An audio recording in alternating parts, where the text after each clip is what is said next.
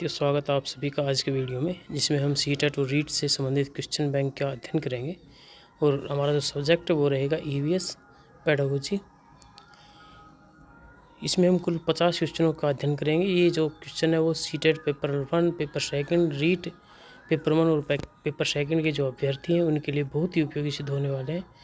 ज़्यादा बात ना करते हुए चलते पहले क्वेश्चन की तरफ। जीन पियाजे के संज्ञानात्मक विकास के सिद्धांत के अनुसार वह समग्र प्रक्रिया जिसके माध्यम से बच्चे पर्यावरण को समझने के लिए अपने मानसिक ढांचे को सक्रिय रूप से व्यवस्थित और समायोजित करते हैं। तो जीन पियाजे के संज्ञानात्मक सिद्धांत के बारे में यहाँ पर बात की गई है और हमारे पास जो 4 ऑप्शन दिए गए हैं उनका अध्ययन कर लेते हैं। अनुकूलन, जिसमें आत्मसातीकरण और समायोजन शामिल है। सामाजिक पाठ, ये जो स्कैफोल्डिंग है ये है लेव वाइगोत्स्की का, तो ये जीन पियाजे से संबंधित नहीं है। क्रिया पशु अनुबंधन और उद्दीपक सुदृढ़ीकरण, ये व्यवहारवादियों का है, जीन पियाजे से संबंधित नहीं है। अवलोकन संबंधी अधिगम और प्रातिनिधिक मॉडलिंग, तो ये भी संबंधित नहीं है। तो हमारा जो ए ऑप्शन है जीन पियाजे से संबंधित, जिसमें अनुकूलन, जिसमें आत्मसातीकरण और समायोजन दोनों शामिल है, ये हमारा जो ए ऑप्शन है वो बिल्कुल ठीक है। चलते हैं दूसरे क्वेश्चन की तरफ। चलने से पहले ये जो थोड़ा इसका तुलनात्मक व्याख्या दी गई है इसकी तरफ देख लेते हैं। पियाजे अनुकूलन एडेप्टेशन को आत्मसातीकरण और समायोजन के माध्यम से मानसिक संतुलन साम्य धारण प्राप्त करने के लिए एक आंतरिक जैविक रूप से संचालित संज्ञानात्मक प्रेरणा के रूप में परिभाषित करते हैं। इसके विपरीत वाइगोत्स्की विकास के इंजन को बच्चे के भार व्यक्तिगत जैविक अनुकूलन के बजाय सामाजिक अंतःक्रियाओं और सांस्कृतिक संकेतों में रखते हैं। तो दोनों में ये तुलनात्मक व्याख्या इन दोनों की दी गई है कि जीन पियाजे साहब जो बच्चे के आत्मसातीकरण और समायोजन को, जिसमें बच्चा खुद उसका जो स्कीमा है उसमें बदलाव करता है, और वाइगोत्स्की साहब के जो सिद्धांत है उसका नाम ही सामाजिक सांस्कृतिक का सिद्धांत है, तो वो समाज और संस्कृति की बात करते हैं बच्चे के अधिगम में।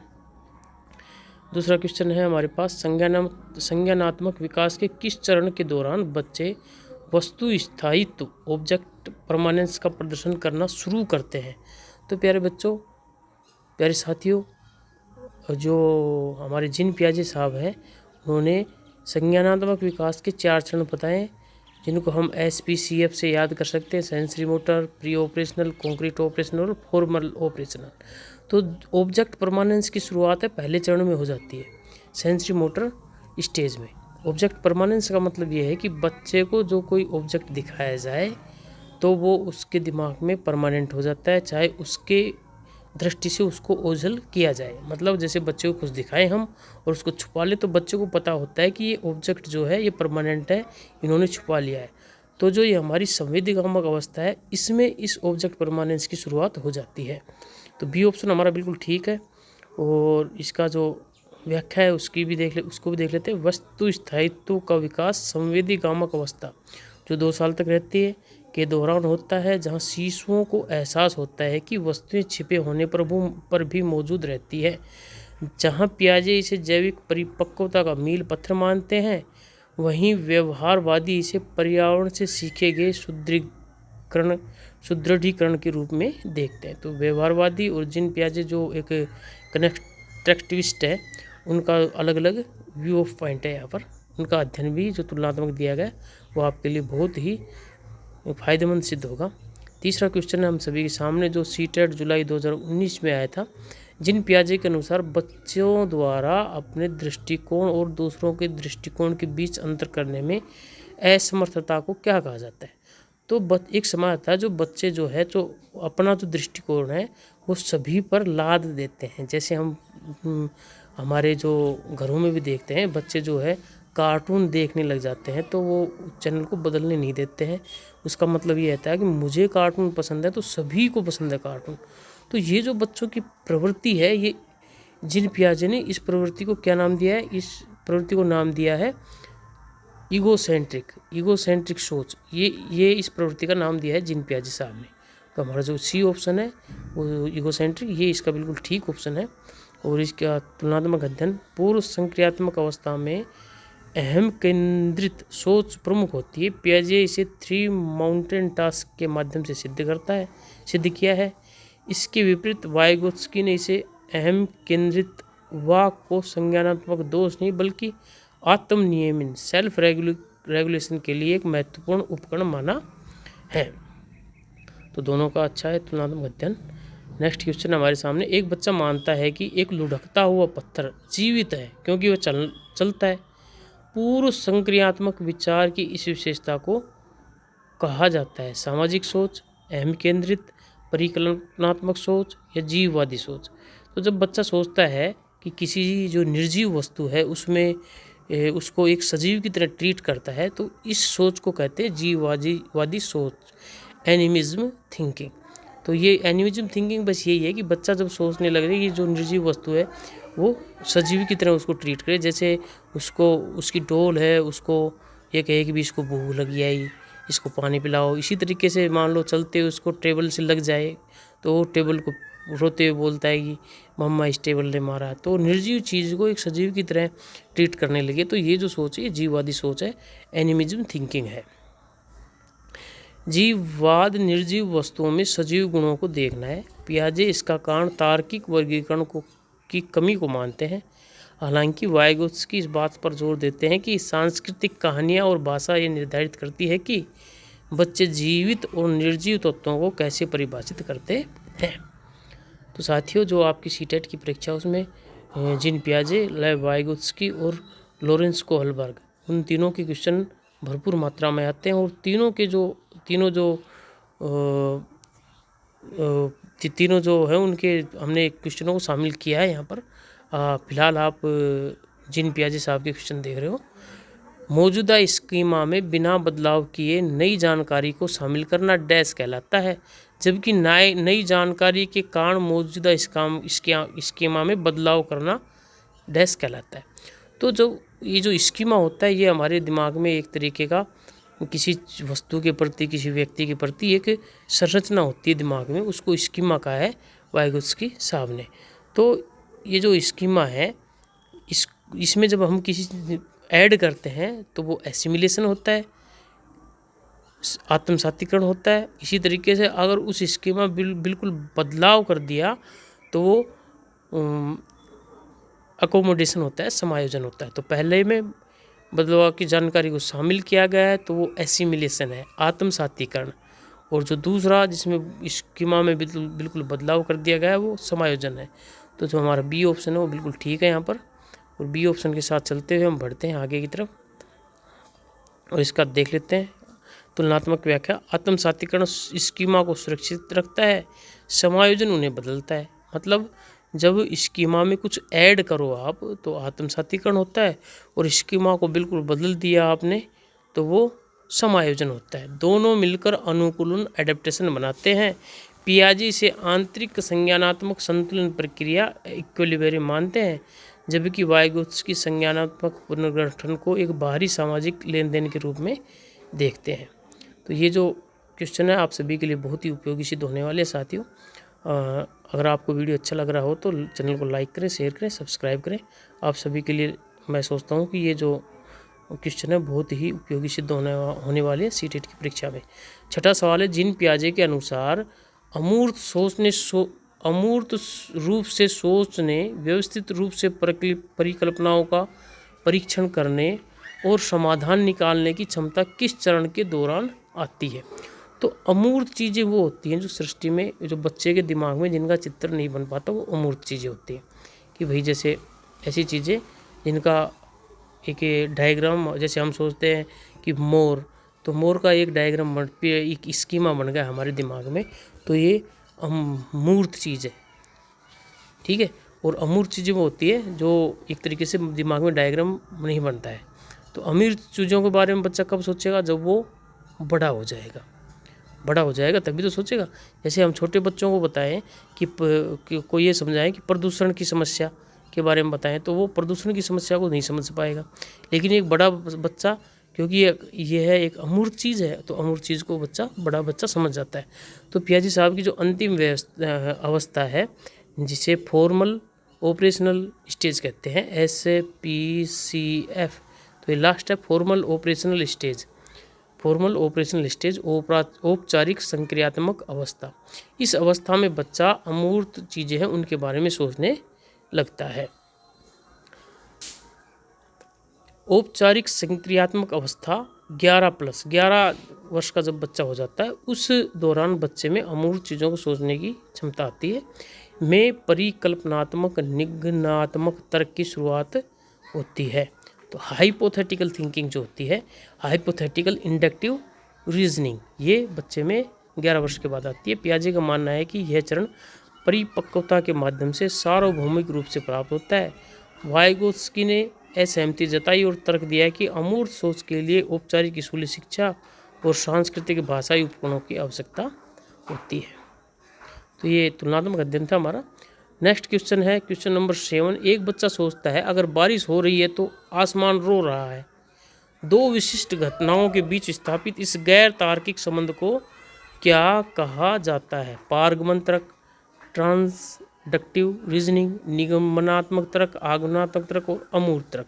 तो ये जो है ये है ट्रांसडक्टिव रीजनिंग। इस प्रकार का बच्चा सोचता है तो उसको कहते हैं ट्रांसडक्टिव रीजनिंग।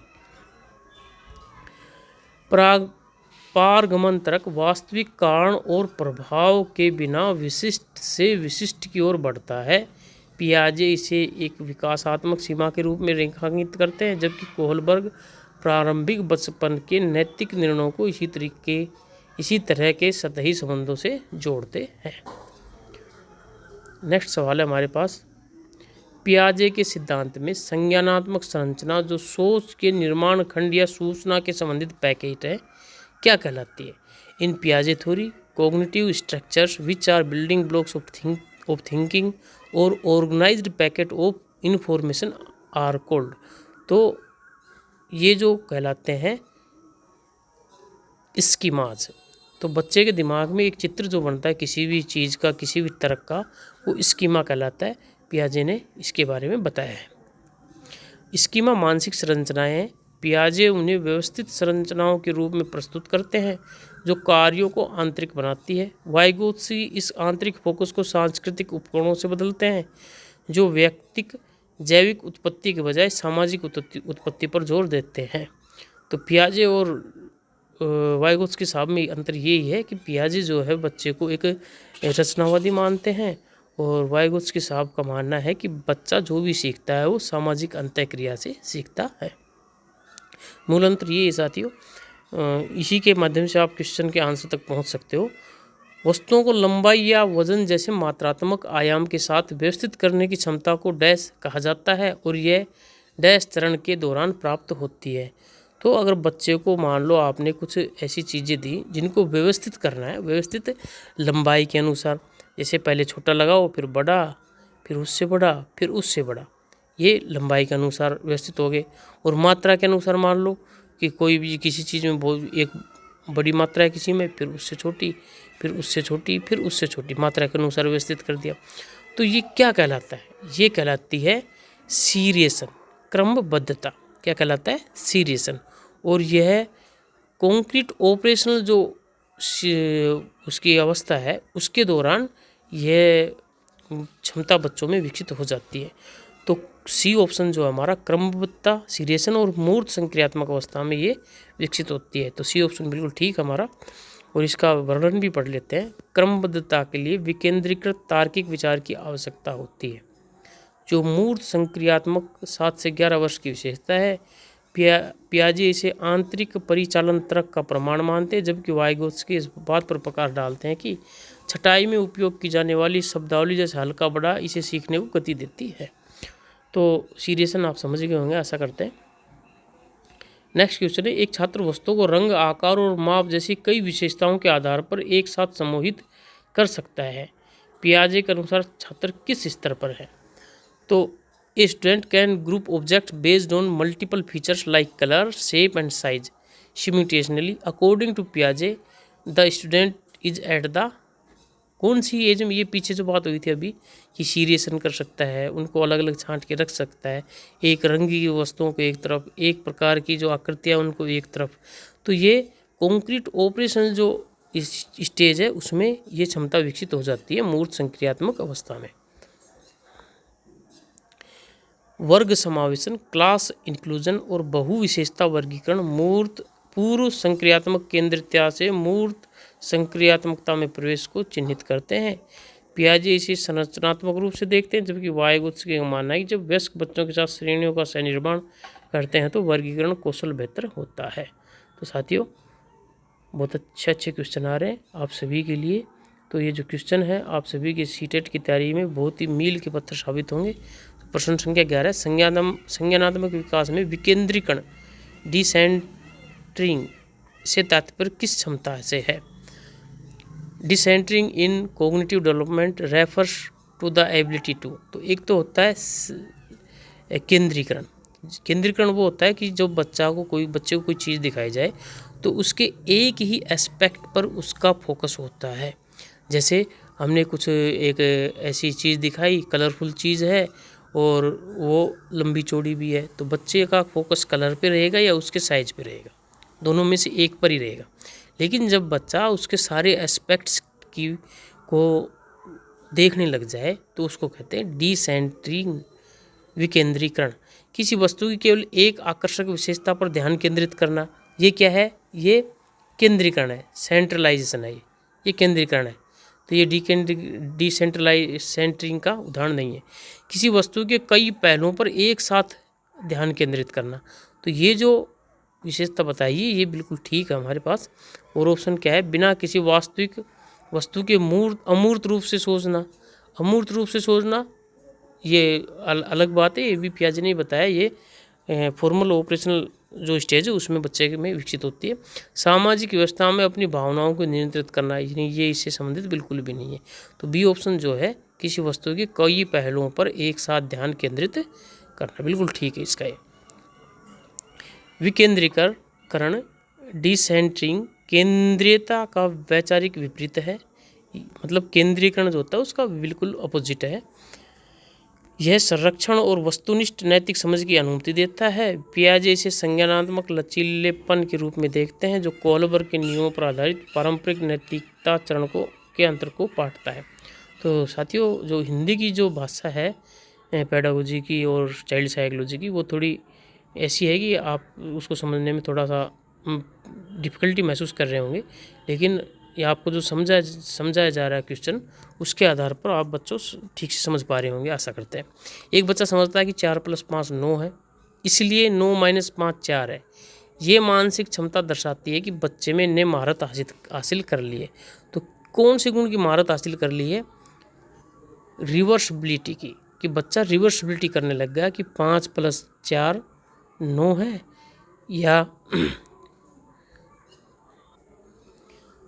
तो इसमें बच्चा रिवर्सिबिलिटी का जो गुण है वो विकसित कर लेता है। तो डी ऑप्शन हमारा बिल्कुल ठीक है। तो आप चाहें तो इनका जो कंपैरेटिव एनालिसिस है, इसको वीडियो को पॉज करके पढ़ सकते हो, आपके लिए ये भी बहुत उपयोगी सिद्ध होगा।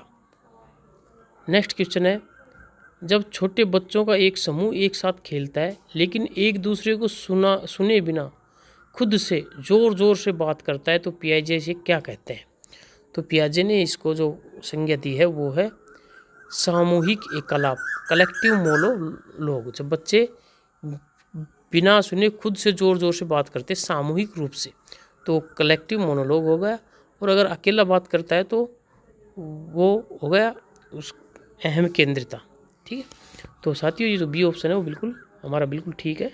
बी ऑप्शन के साथ चलते हुए हम आप इस चीज़ को पढ़ सकते हो साथियों, क्योंकि अगर मैं इसकी व्याख्या करने लगा तो वीडियो बहुत लंबा हो जाएगा। आपकी सुविधा के लिए मैं एक बार यहाँ रुक जाता हूँ, जिससे आप वीडियो को पॉज करके इसका अध्ययन कर सकें। नेक्स्ट क्वेश्चन है, पियाजे के अनुसार संज्ञानात्मक संघर्ष संतुलन की स्थिति से संज्ञानात्मक संतुलन की ओर बढ़ने की प्रेरणा को कहा जाता है।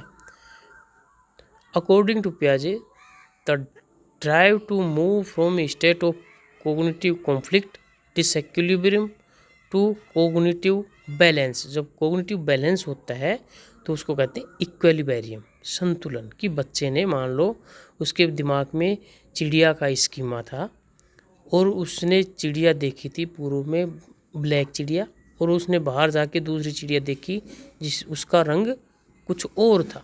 तो उसका जो जो कॉन्सेप्ट था वो डिसइक्विलिब्रियम हो गया। लेकिन बच्चों को किसी ने बताया कि बच्चे ये भी एक चिड़िया ही है, लेकिन इसका रंग थोड़ा अलग है, तो उसका जो स्कीमा वो बैलेंस हो गया, तो उसको कहेंगे इक्विलिब्रियम। तो डी ऑप्शन बिल्कुल ठीक है हमारा। नेक्स्ट क्वेश्चन है, प्रश्न संख्या 15 है, एक शिशु बार बार अपना अंगूठा चूसता है, जो एक अनैच्छिक क्रिया रिफ्लेक्ट को एक सुखद समन्वित आदत में बदल देता है।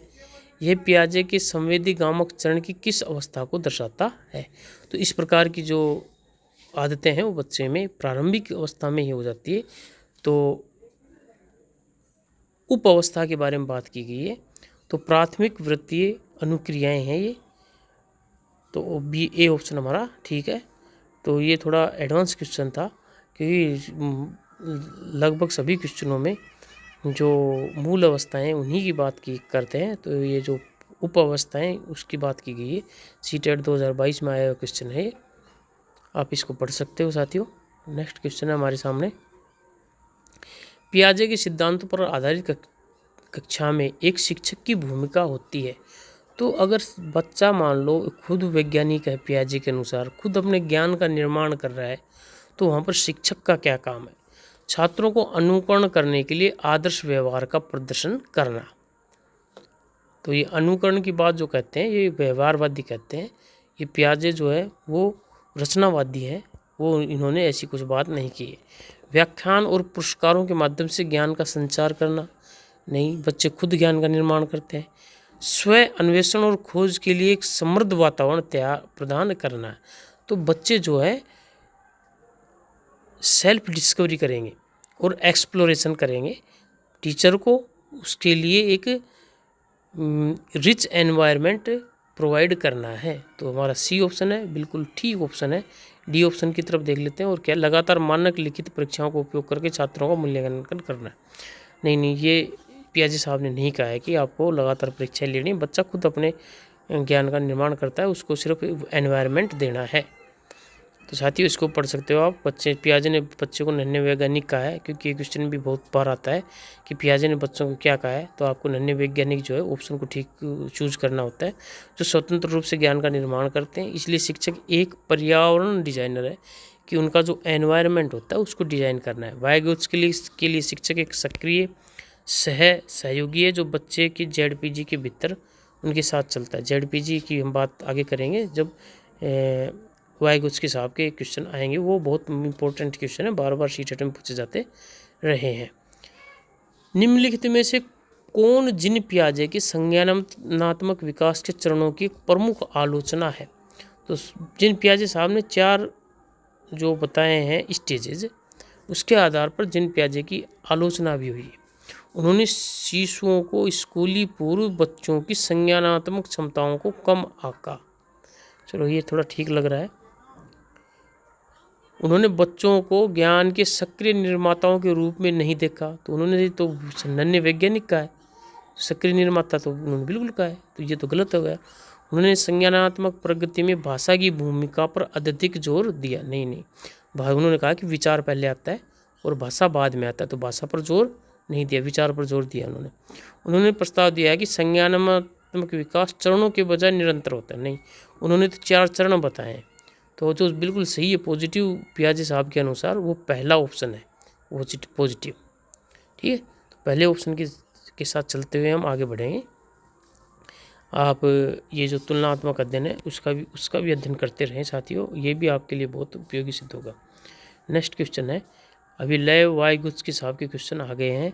वाइगोत्स्की साहब ने सामाजिक सांस्कृतिक का सिद्धांत दिया है। उन्होंने बताया है कि बच्चे के सीखने में उसका जो समाज होता है, उसका जो परिवार होता है, आस पड़ोस होता है, वो बहुत ही महत्वपूर्ण भूमिका निभाता है।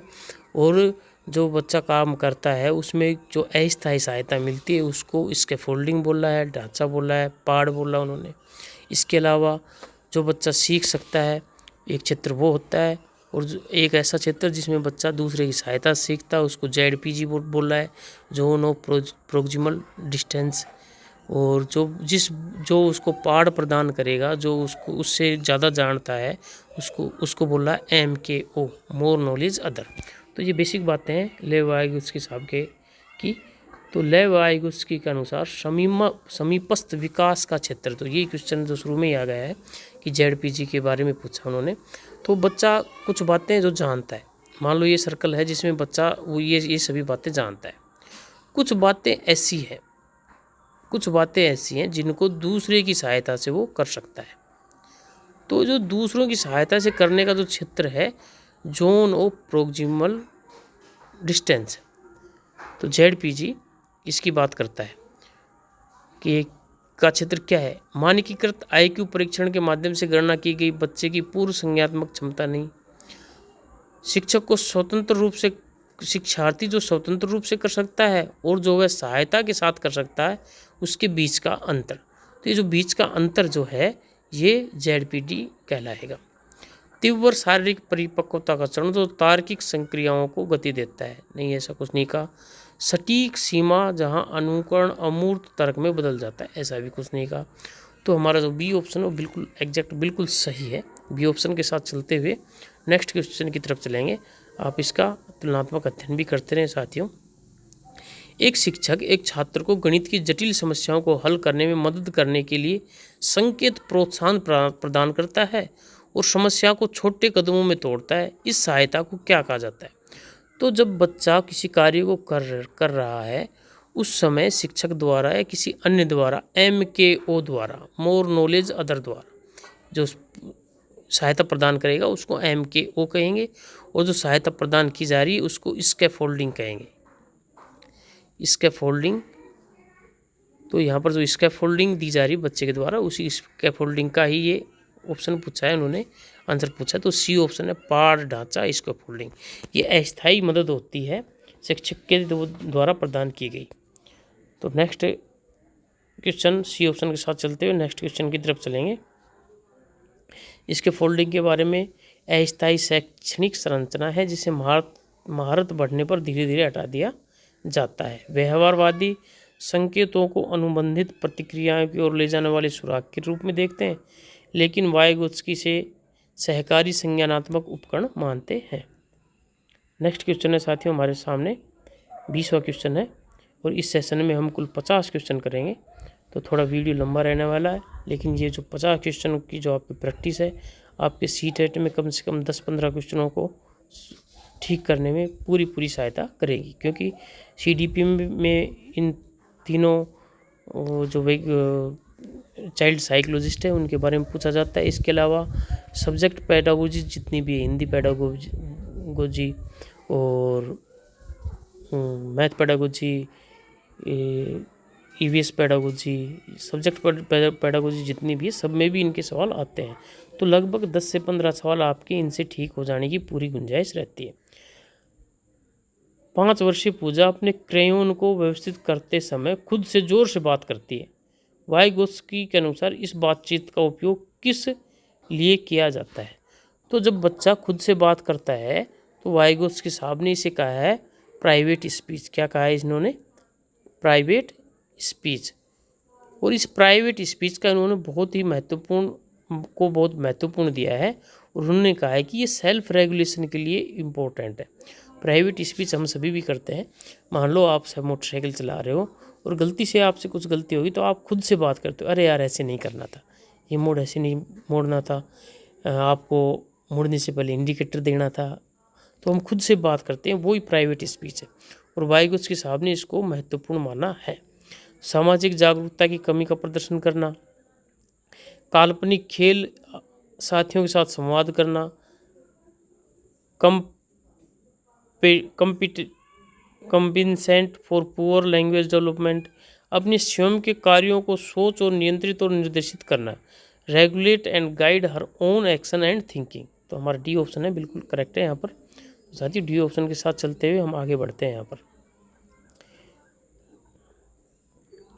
नेक्स्ट क्वेश्चन है 21वां क्वेश्चन है, वाइगोत्स्की के अनुसार कोई भी व्यक्ति जिसके पास किसी विशिष्ट कार्य या अवधारणा के संबंध में शिक्षार्थी की तुलना में बेहतर समझ या उच्च क्षमता स्तर है कहलाता है। तो आपको पूर्व में बताया है कि जो इसके फोल्डिंग प्रदान करता है, जो उससे ज़्यादा जानता है, उसको कहते हैं MKO। तो ये होता है मोर नॉलेज अदर। तो बी ऑप्शन हमारा बिल्कुल ठीक रहना चाहिए यहाँ पर। बी ऑप्शन के साथ चलते हुए आगे MKO शिक्षक, सहपाठी या कंप्यूटर सॉफ्टवेयर भी हो सकता है। पियाजे भौतिक सामग्रियों के साथ साथ स्वयं निर्देशित अंतः क्रियाओं के माध्यम से सीखने पर जोर देते हैं, जबकि वाइगोत्स्की एक MKO के साथ सह निर्देशित अंतः क्रियाओं के माध्यम से सीखने को रेखांकित करते हैं। नेक्स्ट क्वेश्चन की तरफ चलते हैं अब। लेव वाइगोत्स्की के संज्ञानात्मक विकास के सिद्धांत को मुख्य रूप से डैश दृष्टिकोण कहा जाता है, क्योंकि ये इस बात पर जोर देता है कि संज्ञानात्मक विकास सामाजिक संदर्भ से अविभाज्य है। तो वाइगोत्स्की साहब का जो सिद्धांत है उसको सोशियो कल्चर थ्योरी बोलते हैं। तो सोशियो कल्चर जो ऑप्शन है सी, ये बिल्कुल ठीक है हमारा। और सी ऑप्शन के साथ चलते हैं। मनोविश्लेषणात्मक सा कोई संबंध नहीं है। संज्ञानात्मक, संरचनात्मक, इसका लगभग कॉग्निटिव डेवलपमेंट थ्योरी से संबंधित है दोनों। और व्यवहारवादी, ये एक स्कूल ऑफ थॉट है। व्यवहारवादी बहुत से वैज्ञानिक जो व्यवहारवादी सोच रखते हैं, जिसमें इमिटेशन और रीइंफोर्समेंट इनके बारे में बात करेंगे, जिसमें स्किनर है और अन्य भी चाइल्ड साइकोलॉजिस्ट है, वो बात करें। तो यहाँ जो क्वेश्चन है उसकी प्रेफरेंस है ऑप्शन सी, सामाजिक सांस्कृतिक सोशियो कल्चरल थ्योरी जो है वो ऑप्शन हमारा बिल्कुल ठीक है।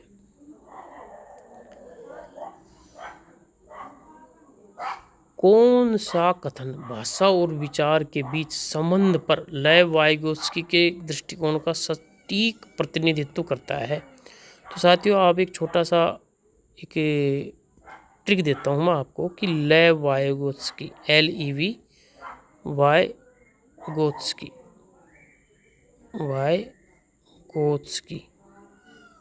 तो इसमें शुरुआत L से हो रही है। तो इन्होंने पहले लैंग्वेज को माना है कि बच्चे में पहले लैंग्वेज का विकास होता है और उसके बाद विचार आते हैं। और जिन पियाजे साहब इसका उल्टा मानते हैं कि पहले विचार आते हैं और फिर लैंग्वेज आती है। तो पियाजे साहब ने यही माना कि बच्चा जब विकसित होता है पहले उसमें लैंग्वेज का विकास होता है।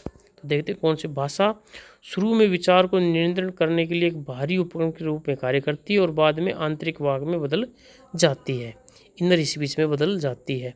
तो ये ऑप्शन पॉजिटिव लग रहा है। विचार पूरी तरीके से स्वतंत्र रूप से विकसित होता है और सार्वभौमिक रूप से भाषा के विकास से पहले आता है। तो विचार पहले नहीं आता, भाषा पहले होती है। ये पियाजे साहब का है। भाषा संज्ञानात्मक परिचालन प्रकृति का केवल एक प्रतिबिंब उपोत्पाद है, ऐसा कुछ नहीं है। विकास के दौरान भाषा और विचार पूरी तरीके से अलग हो ही नहीं सकते। तो हमारा ए ऑप्शन है बिल्कुल ठीक है। वो ए ऑप्शन के साथ चलते हुए हम आगे बढ़ेंगे, आप इनका अध्ययन करते रहें साथ साथ। नेक्स्ट क्वेश्चन है, वाइगोत्स्की के अनुसार भाषा, मानचित्र और कैलकुलेटर जैसे सांस्कृतिक उपकरण मुख्य रूप से कार्य करते हैं। तो क्या कार्य करते हैं ये जो उपकरण है? भाषा का, मानचित्र का, कैलकुलेटर का क्या योगदान है? बच्चों को जटिल वयस्क वास्तविकताओं से अलग करना, ये नेगेटिव ही है, ऐसा कुछ नहीं है। मस्तिष्क की संरचनाओं से जैविक परिपक्वताओं को तेज करना, accelerate the biological maturation of brain structure, देखते हैं इसको। Provide secondary negative reinforcement in academic setting, negative है। उच्च मानसिक कार्यों की मध्यस्थता करना, विस्तार करना और उन्हें आकार देना, ये पॉजिटिव ऑप्शन है हमारे पास। उच्च मानसिक कार्यों की मध्यस्थता करना, जब हमें उच्च मानसिक कार्य, उच्च गणनाएं करनी है तो हम कैलकुलेटर का उपयोग करते हैं। तो उनमें मध्यस्थता कौन कर रहा है? कैलकुलेटर कर रहा है। उनका विस्तार कर रहा है और उन्हें आकार दे रहा है। तो डी ऑप्शन हमारा बिल्कुल ठीक है। यहाँ पर डी ऑप्शन के साथ चलते हुए आगे बढ़ेंगे हम। और नेक्स्ट क्वेश्चन है, एक कक्षा का डिजाइन जो सहपाठी सहयोग, समूह परियोजना और पारस्परिक शिक्षण का लाभ उठाता है, ये किस सिद्धांत का अत्यधिक संरक्षित? तो वाइगोत्स्की साहब कहते ये हैं कि लर्निंग जो है पीयर ग्रुप में होगी। बच्चे आपस में, समाज और संस्कृति की बात किए तो ये पीयर्स की, सहपाठियों की बात करेगा। तो ये वाइगोत्स्की साहब का सामाजिक सांस्कृतिक सिद्धांत है, क्योंकि यहाँ पर सहपाठी सहयोग लिखा हुआ है, समूह परियोजना, पारस्परिक शिक्षण का लाभ, तो ये क्या है? सारे क्या है? समाज और संस्कृति से जुड़े हुए हैं। तो सी ऑप्शन के साथ चलते हुए आगे बढ़ेंगे। जब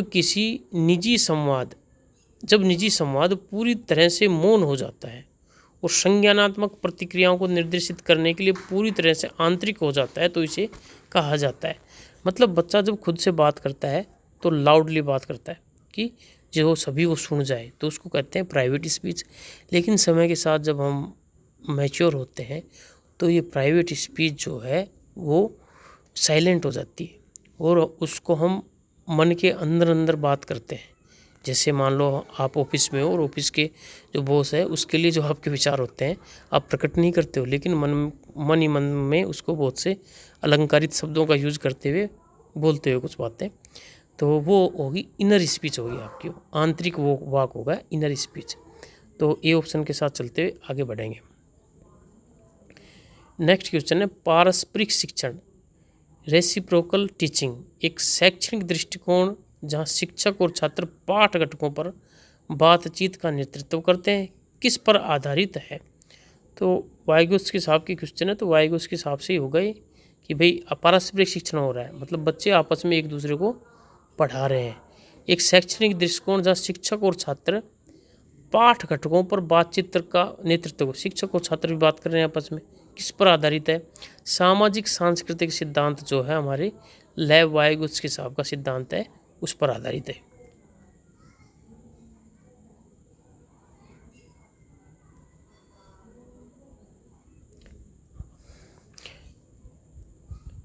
नेक्स्ट क्वेश्चन की तरफ बढ़ते हैं। एक छोटा बच्चा अपनी माँ के साथ एक साधारण डिश पकाता है। माँ को जटिल कदमों का प्रबंधन करते हुए देखकर मोटे मोटे काम करता है। ये उदाहरण है, तो किसका उदाहरण है, ये गाइडेड पार्टिसिपेशन का है कि माँ काम कर रही है और उसके द्वारा जो कार्य किए जा रहे हैं उनका अनुकरण कर रहा है बच्चा, तो वो गाइडेड पार्टिसिपेशन हो गया बच्चे का। तो डी ऑप्शन के साथ चलते हुए आगे बढ़ेंगे हम।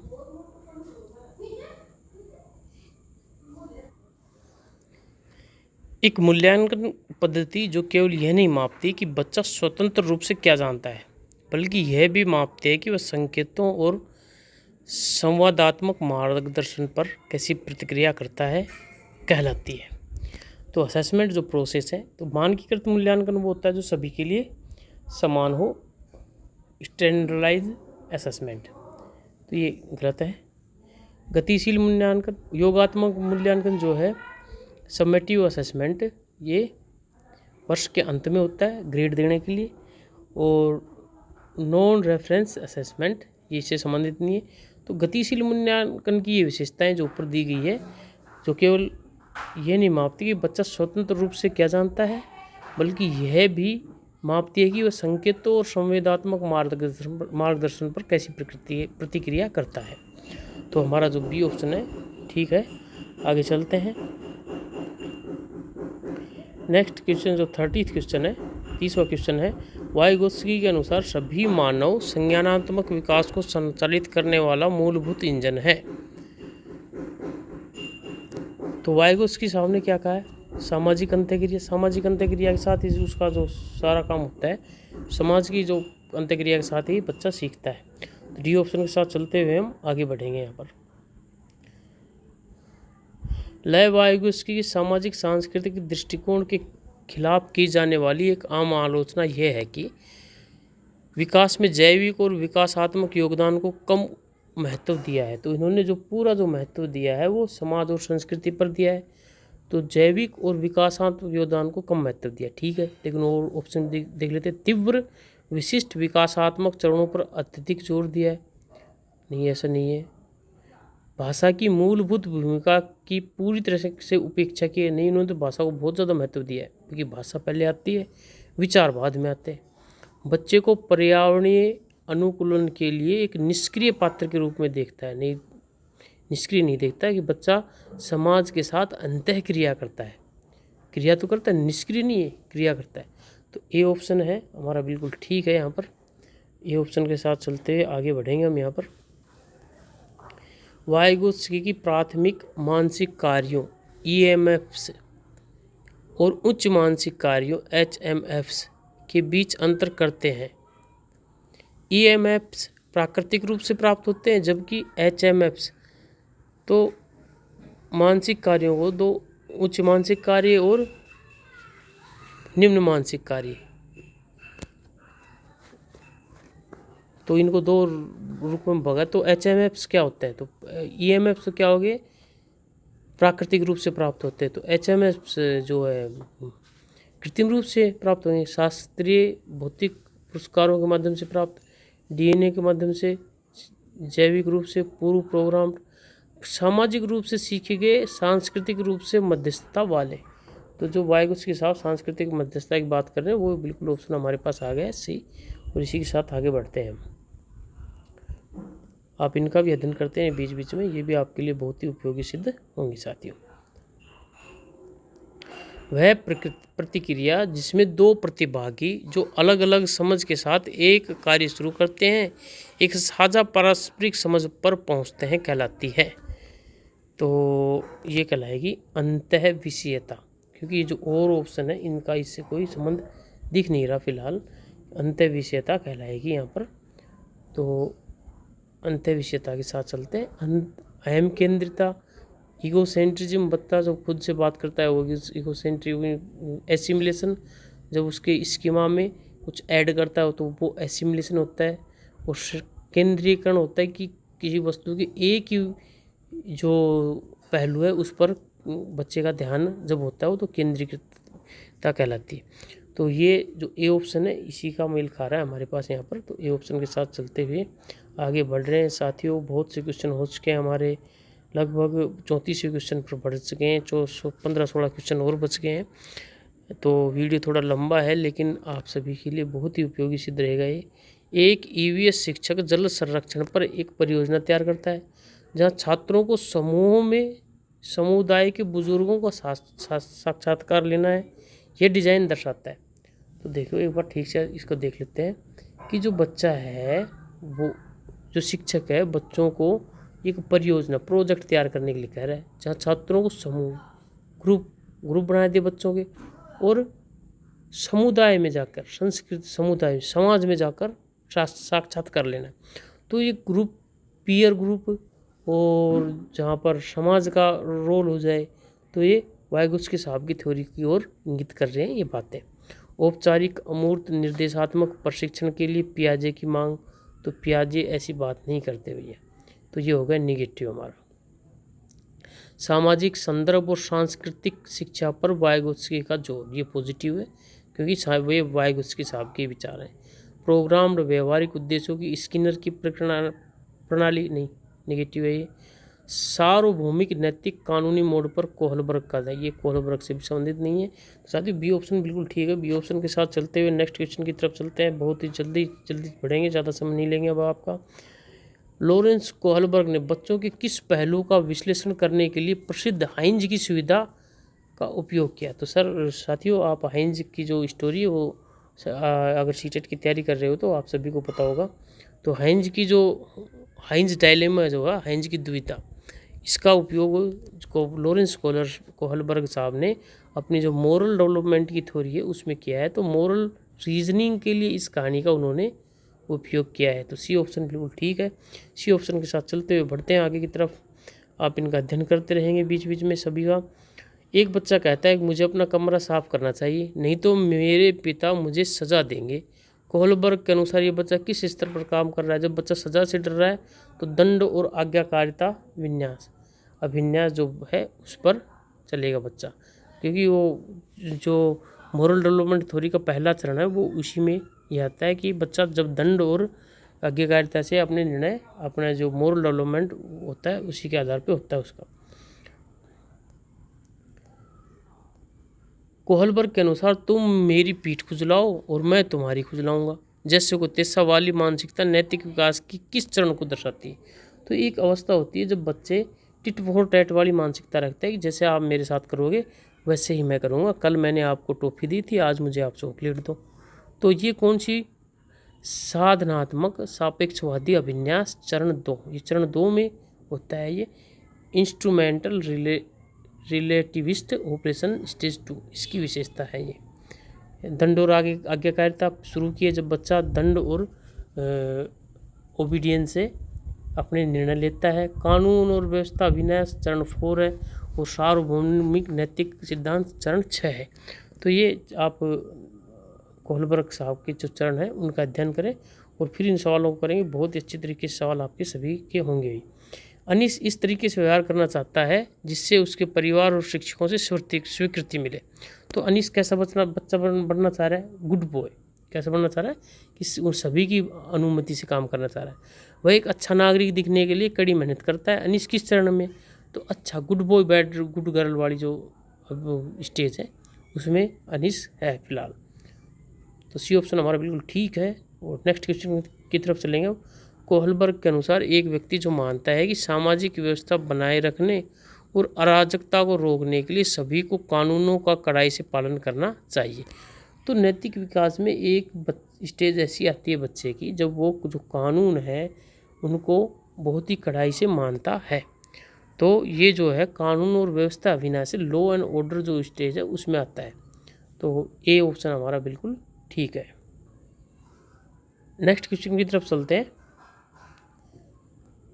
आप एक बार इनका भी अध्ययन कर लेंगे। यहाँ थोड़ा रुक जाता हूँ मैं, आप वीडियो को पॉज करके अध्ययन करते रहें। नेक्स्ट क्वेश्चन की तरफ चलते हैं। कोहलबर्ग के नैतिक विकास के किस चरण में व्यक्ति कानूनों को लचीले उपकरणों के रूप में देखते हैं जिन्हें बदला जा सकता है यदि मानव अधिकारों की रक्षा नहीं करते? तो नैतिक विकास मोरल डेवलपमेंट में एक ऐसी स्टेज आती है जब हम जो कानून बनाए गए हैं वो ये सोचते हैं ये व्यक्तियों के लिए ही बनाए गए कानून है और अगर ये कानून व्यक्ति का हित नहीं करते तो इनको बदला जा सकता है। तो ये जो कानून व्यवस्था विनाश है इसमें तो बच्चा कानूनों को सर्वोपरि मानता है, ठीक है। और ये जो है सामाजिक अनुबंध अभिन्यास, जब सोशल कॉन्ट्रैक्ट जब मतलब व्यक्ति सोचने लग जाए कि जो कानून है नियम है ये व्यक्तियों के लिए ही बने हैं और अगर व्यक्तियों का इन कानूनों से इन नियमों से भला नहीं हो रहा तो इनको बदल देना चाहिए। तो ये जो डी ऑप्शन है हमारा बिल्कुल ठीक है। आप इन सभी को पढ़ते रहें और आगे बढ़ते रहें। स्थापित कानूनों के साथ संघर्ष होने पर भी न्याय और मानव अधिकारों के स्वयं चुने गए नैतिक सिद्धांतों के आधार पर कार्य करना है। किस चरण की विषयता है? स्थापित कानूनों के साथ संघर्ष होने पर भी न्याय और मानव अधिकारों के स्वयं चुने गए नैतिक सिद्धांतों के आधार पर काम करना है। किस चरण की? ये लॉ एंड ऑर्डर वाला जो है सामाजिक व्यवस्था बनाए रखने का अभिन्यास, पॉजिटिव लग रहा है। सामाजिक अनुबंध अभिन्यास, सार्वभौमिक नैतिक सिद्धांत, यूनिवर्सल एथिकल प्रिंसिपल, साधनात्मक, जो ए ऑप्शन है बिल्कुल ठीक हमारा। ए ऑप्शन के साथ चलते हुए हम ये थोड़ा गलत हो गया। तो आप ये है सार्वभौमिक नैतिक सिद्धांत अभिन्यास।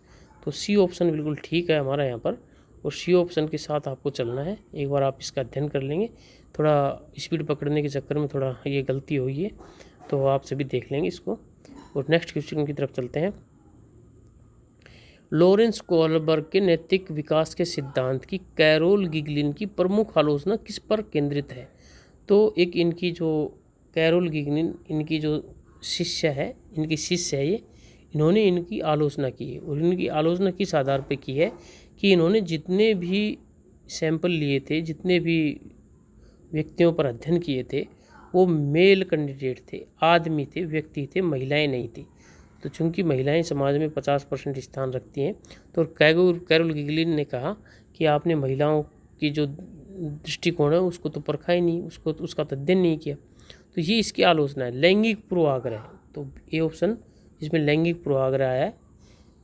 देखभाल की नैतिकता, एथिक ऑफ केयर पर न्याय की नैतिकता को प्राथमिकता देना। तो कोहलबर्ग आपको कहा कि भाई आप जेंडर वाइज है, महिलाओं को आपने इग्नोर किया है, इस आधार पर उसकी आलोचना की है। जैविक मस्तिष्क परिपक्वता अनुक्रमों का हिसाब देने में विफलता, नेगेटिव है ये। तार्किक तर्क पर भावनात्मक अवस्थाओं पर अत्यधिक जोर नहीं। पूर्व संक्रियात्मक और संक्रियात्मक बच्चों के बीच अंतर करने की, ऐसा तो इन्होंने कोई स्टेज नहीं बताई, ये तो जिन प्याजी साहब की स्टेज है। तो ये ऑप्शन हमारा बिल्कुल ठीक है। ये के साथ चलते हुए हम आगे बढ़ेंगे, आप इनका अध्ययन करते रहें। नैतिक विकास के पूर्व पारंपरिक स्तर प्री कन्वेंशनल स्टेज पर लेवल पर बच्चों के नैतिक मूल्यांकन किसके द्वारा नियंत्रित होते हैं?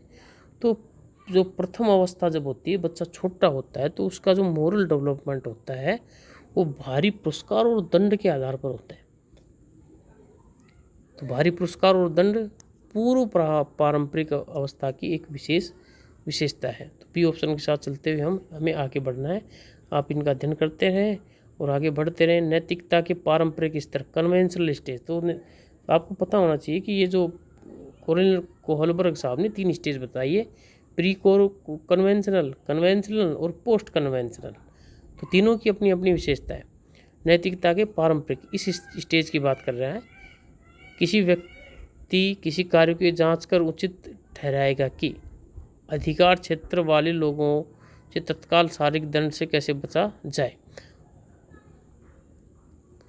उन्हें व्यक्तिगत रूप से तो बी में जो है, ए में तो जो प्री कन्वेंशनल है उसमें दंड और आज्ञाकारिता होती है, गुड और बैड गर्ल की बात होती है। कन्वेंशनल में समाज, कानून और सामाजिक अपेक्षाएं होती हैं।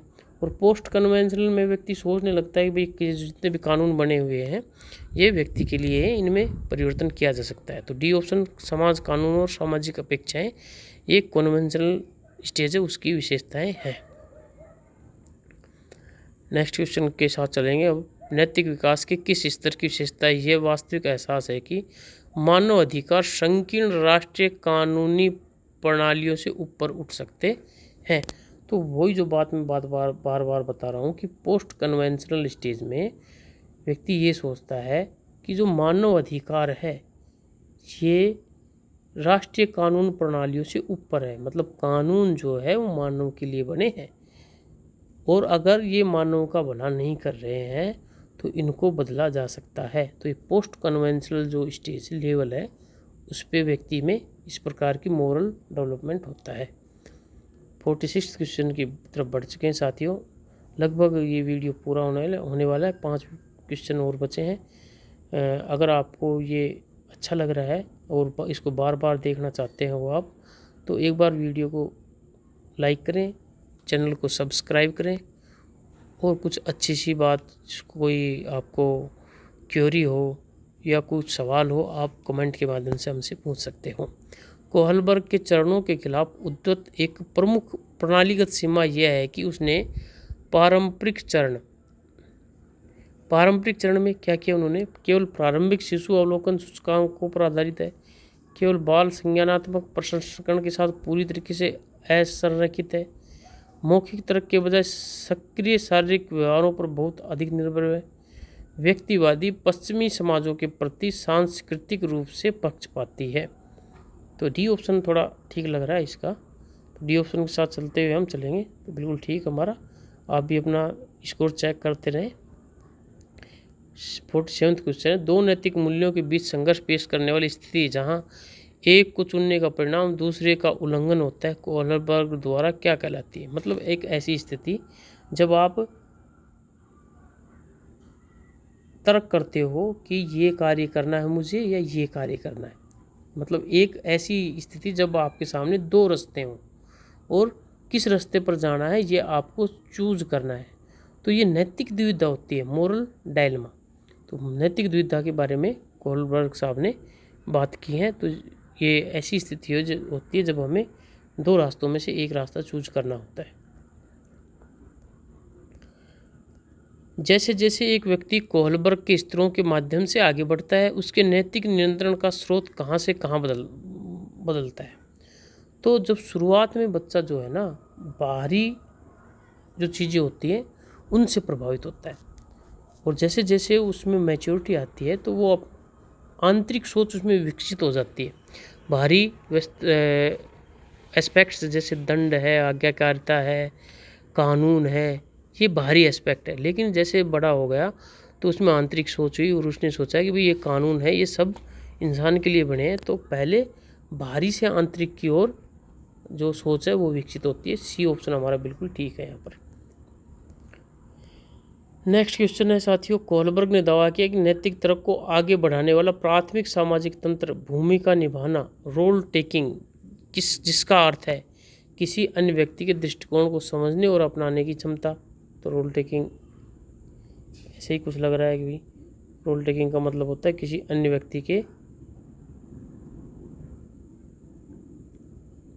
व्यक्ति के दृष्टिकोण को समझने की क्षमता। किसी वयस्क रोल मॉडल के विकल्पों का निष्क्रिय अनुकरण ये नेगेटिव है। आकार के आधार पर भौतिक वस्तुओं का संरचनात्मक वर्गीकरण, नहीं, ये इससे संबंधित नहीं है। सख्त परीक्षा नहीं, तो ये ऑप्शन हमारा बिल्कुल ठीक है। ये ऑप्शन के साथ चलते हुए आगे बढ़ेंगे। 50वां क्वेश्चन है, ये इस सीरीज़ का अंतिम क्वेश्चन है और देखते हैं इसमें क्या कहा गया है। विकास के संबंध में पियाजे, वाइगोत्स्की और कोहलबर्ग के बीच के मुख्य अंतर को कौन सा कथन सबसे अच्छी तरीके से जोड़ता है? तो पियाजे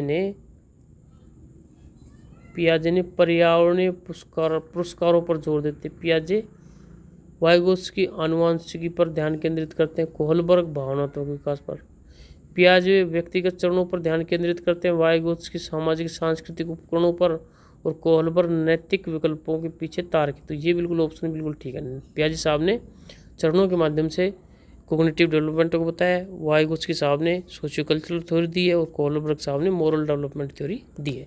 तो बी ऑप्शन बिल्कुल ठीक है हमारा यहाँ पर। बी ऑप्शन के साथ चलते हुए आगे बढ़ेंगे। तो साथियों, यहाँ पर हमारे जो आज के 50 क्वेश्चन है और आपकी जो सीटेट की तैयारी है उसमें ये मील के पत्थर साबित होंगे।